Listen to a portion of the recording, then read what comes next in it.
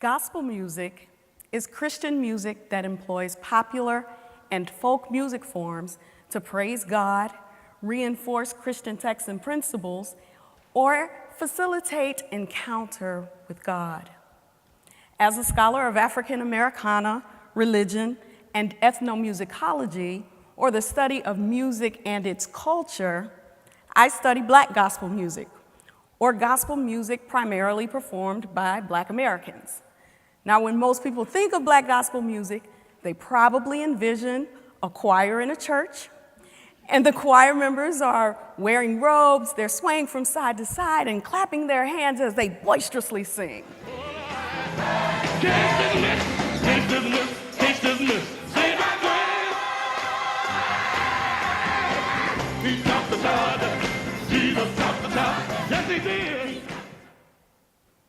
Were you thinking of something like that? Well, since the 1990s, gospel music could just as easily look like gospel artist Kirk Franklin and his group of singers sporting urban casual wear, doing hip-hop dance moves, and singing about the return of Christ as the coming of a revolution.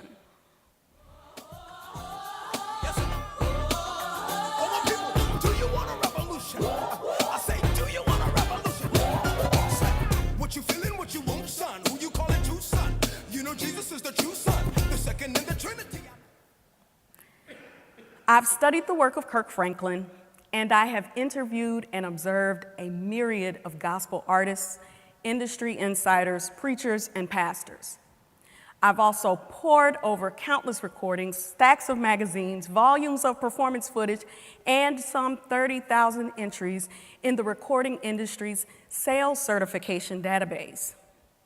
My research shows that the performance practices and sales successes of artists like Kirk Franklin are so different from what came before that they represent an entirely new era in gospel. I call this new time period, beginning in 1993, the platinum age of gospel. I know. I've dubbed this period the platinum age to recognize succession from gospel's golden age and to acknowledge consumers' increased acceptance of a more commercialized representation of gospel.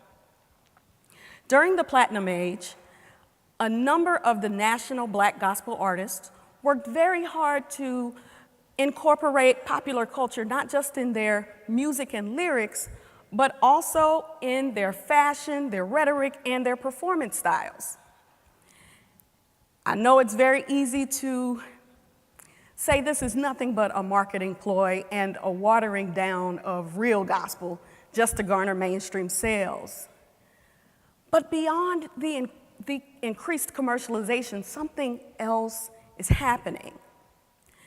Gospel artists were actually responding to a significant theological shift that had taken place among the leaders of prominent Black churches. Now, my use of the term piety is what I use to describe the vast network of behaviors and practices that signal devotion to God. And historically, gospel artists were expected to display their piety. And they were to display this piety by their conspicuous adherence to various prohibitions enforced by the leaders of these prominent Black churches. Well, by the Platinum Age, many of the leaders had relaxed a great number of these prohibitions, especially restrictions against integration with contemporary culture. So in the Platinum Age, gospel artists could collaborate with pop stars, make movies, record romantic songs, and even wear trendy body-conscious clothing and still enjoy access to prominent Black church platforms. Well, the consumers responded favorably as well. During the Platinum Age, no less than 24 different Black gospel recordings achieved platinum sales, or sales of at least 1 million units. Now, before the Platinum Age, it was rare for a gospel artist, a Black gospel artist, to achieve platinum sales. So 24 different platinum selling projects in the 20-year period between 93 and 2013 is staggering. Now today, gospel artists continue to employ various aspects of popular culture in their music and performances, but sales have declined.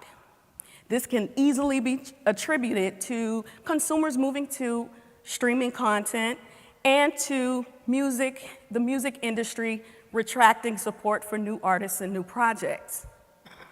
As the music industry continues to adjust to the phenomenon of streaming content, one thing about gospel music remains certain. Gospel music has, and it will continue, to provide markers of social and theological change among Black American Christians.